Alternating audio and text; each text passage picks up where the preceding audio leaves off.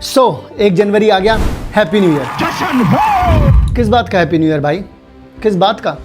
Maths में फॉर्मूले याद नहीं हो रहे, जिनके फॉर्मूले याद हो गए उनके कॉन्सेप्ट अप्लाई नहीं हो रहे, साइंस को न्यूमेरिकल सॉल्व नहीं हो पा रहे हैं, साइंस में रिएक्शन याद नहीं हो पा रही हैं, डायग्राम तुमसे बन नहीं रहे हैं, एसएसटी की बात करूं तो एसएसटी याद नहीं हो पा रही है।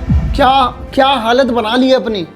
जिस कमेंट सेक्शन में जाकर के देखता हूं वहां पर यही बोल रहे होते हो, भैया मेरे से नहीं हो पा रहा, भैया मुझे मोटिवेशन नहीं है। क्या मोटिवेशन नहीं है भाई? जब साल स्टार्ट होता है नए सपने नए रेजोल्यूशन, ये कर दूंगा वो कर दूंगा। जब क्लास 10वीं क्लास जब स्टार्ट हुई थी तब भी यही सब बातें हुई थी। हुआ क्या? और हर चीज पे तुम लोगों का एक ही बहाना है, भगवान मेरा साथ नहीं देता, टाइम मुझे मिलता नहीं है। अरे भाई कैसी बातें कर रहा है? भगवान उनका साथ देता है जो खुद उठ करके मेहनत करने के लिए तैयार होते हैं। और आज मैं कोई 5 स्टेप स्ट्रेटेजी लेकर के नहीं आया हूं, कोई मॉर्निंग रूटीन लेकर नहीं आया हूं, कोई स्टडी हैक लेकर के नहीं आया हूं। आज डायरेक्ट बात करूंगा तुझसे। और वीडियो में आगे बढ़ने से पहले एक सच सुन ले। ये सच थोड़ा कड़वा भी लग सकता है लेकिन जरूरी है, और लग रहा है बुरा तो लगने दियो, शायद तू उसी से बदल जाए कुछ। तू जिस स्थिति में है, तू उस स्थिति में इस वजह से नहीं है कि तू सोच रहा हो कि तू वीक है, नहीं। इससे पहले अगर तू सोचेगा, ना जाने कितने पहाड़ भी उखाड़ करके तू फेंक करके आया है यहाँ तक। पता है तू इस स्थिति में क्यों है? क्योंकि तू कंसिस्टेंट नहीं है। ऐसा भी नहीं है कि तुझे कुछ पता नहीं है, तुझे वैल्यू ऑफ वन शॉट भी पता है, तुझे पीवाईक्यू भी पता है, तुझे सैंपल पेपर भी पता है, सब तो पता है तुझे, पर तू कर क्यों नहीं रहा है? क्योंकि तू कर रहा है रील शॉर्ट, कल से कर लूंगा, कल से पढ़ लूंगा, इन सब में लगा है ना तू तो।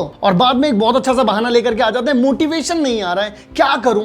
अबे भाई मोटिवेशन से कोई काम तो स्टार्ट कर सकता है, उसे बनाए थोड़ी ना रख सकता है। किसी भी काम को कंटिन्यूस करने के लिए डिसिप्लिन चाहिए, मोटिवेशन नहीं चाहिए। मोटिवेशन से तो सिर्फ चीजें स्टार्ट हो सकती हैं। आज मैं तुझसे एक सवाल पूछ रहा हूं, बोर्ड एग्जाम को फोड़ना औकात में है तेरी? अरे औकात शब्द बोल दिया, औकात शब्द मुझे बड़ा बुरा लगा। आप इस तरीके से नहीं बोल सकते, मैं ऐसे ही बोलूंगा, और ये तुम्हारे लिए जरूरी है। इस शब्द का आना बीच में जरूरी है। क्यों जरूरी है? क्योंकि जब 2025 में तुम 10th क्लास के अंदर आए थे तो तुम्हारे बहुत सारे सपने जोड़े थे। मम्मी पापा को प्राउड फील कराऊंगा, इतना पढ़ूंगा कि भाई लोगों ने सोची नहीं होगी, मैं ये कर दूंगा, वहां पे अखबार में मेरी फोटो आएगी। क्या हुआ? 2026 आ गया भाई, सपने वहीं के वहीं है, पर मेहनत बिल्कुल नहीं की। बाद में बोलेंगे टाइम नहीं मिला, टाइम मिला था, तुमने टाइम बेच दिया, वो भी फ्री में। किसको? शॉर्ट्स को, रील्स को, यूट्यूब को। एक बात क्लियरली समझ ले, अगर तू नहीं पढ़ेगा किसी को कोई फर्क नहीं पड़ेगा तेरे कितने मार्क्स आ रहे हैं, सिर्फ कुछ लोगों को फर्क पड़ेगा, वो है तेरे पेरेंट्स। टूट जाएंगे अंदर से, उनकी आंखों की चमक चली जाएगी। लेकिन अगर तू मेहनत करेगा, अच्छे मार्क्स लेकर के आएगा, प्राउड फील करेंगे वो। पर ये बात तुझे कब समझ में आएगी? जब टाइम निकल जाएगा तब। अगर आज तू नहीं संभला तो ये साइकिल रिपीट होगी। 11th में, 12th में रह जाएगा सिर्फ रिग्रेट। 10वीं क्लास का जब बोर्ड एग्जाम का रिजल्ट आएगा तो तेरा दोस्त तो सेलिब्रेट कर रहा होगा, मजे कर रहा होगा, पर तू वहां बैठ करके सोच रहा होगा काश मैं सीरियस हो गया होता। अभी वक्त है, तू हो सकता है। और सच बोल रहा हूं, मैं तेरा बड़ा भाई हूं, मैं नहीं चाहता तू वो फील करे। ये फीलिंग सबसे गंदी फीलिंग है पूरी दुनिया की, तू ना फील करे, बस यही चाहता हूं मैं। इसीलिए यहां पे खड़ा होकर के तुझसे बोल रहा हूं। इसलिए अब ध्यान से सुन, 1 जनवरी 2026 आज से कोई मोटिवेशन नहीं चाहिए, only discipline.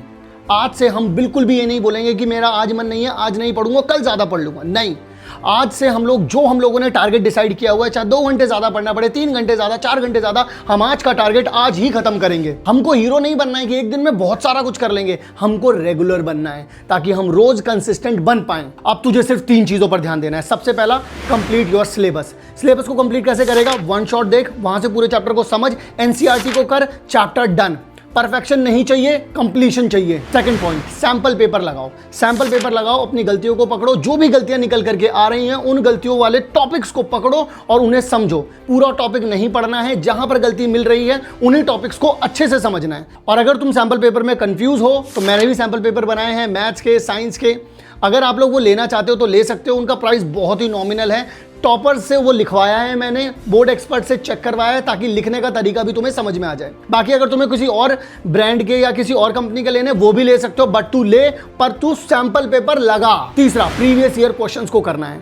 CBSE board exam जो है वो अपने पैटर्न को रिपीट करता है, तो पैटर्न को कैसे समझोगे? प्रीवियस ईयर क्वेश्चन से। ये कोई आमिर खान की मूवी नहीं है जो हर बार जो नई मूवी आएगी वो नए कॉन्सेप्ट पर आएगी, नहीं। आपके पास पैटर्न दोबारा से रिपीट होता हुआ मिलता है, तो previous year question is must. और इसके अलावा जो कोई भी कुछ भी बोल रहा है वो सिर्फ व्यूज के लिए बोल रहा है। बस एक बात कह रहा हूं, एक्सक्यूज मत बना। और मेरे भाई, मैं तेरे अगेंस्ट बिल्कुल भी नहीं हूं। मैं बस ये चाहता हूं कि जिस दिन तेरा रिजल्ट आए तो अपनी मम्मी के पास आए और मम्मी से बोले, मम्मी हो गया।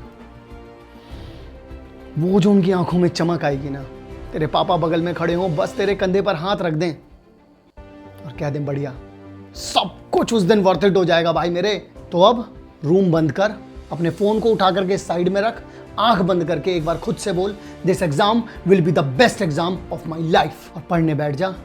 मैं मानता हूं तू कर सकता है।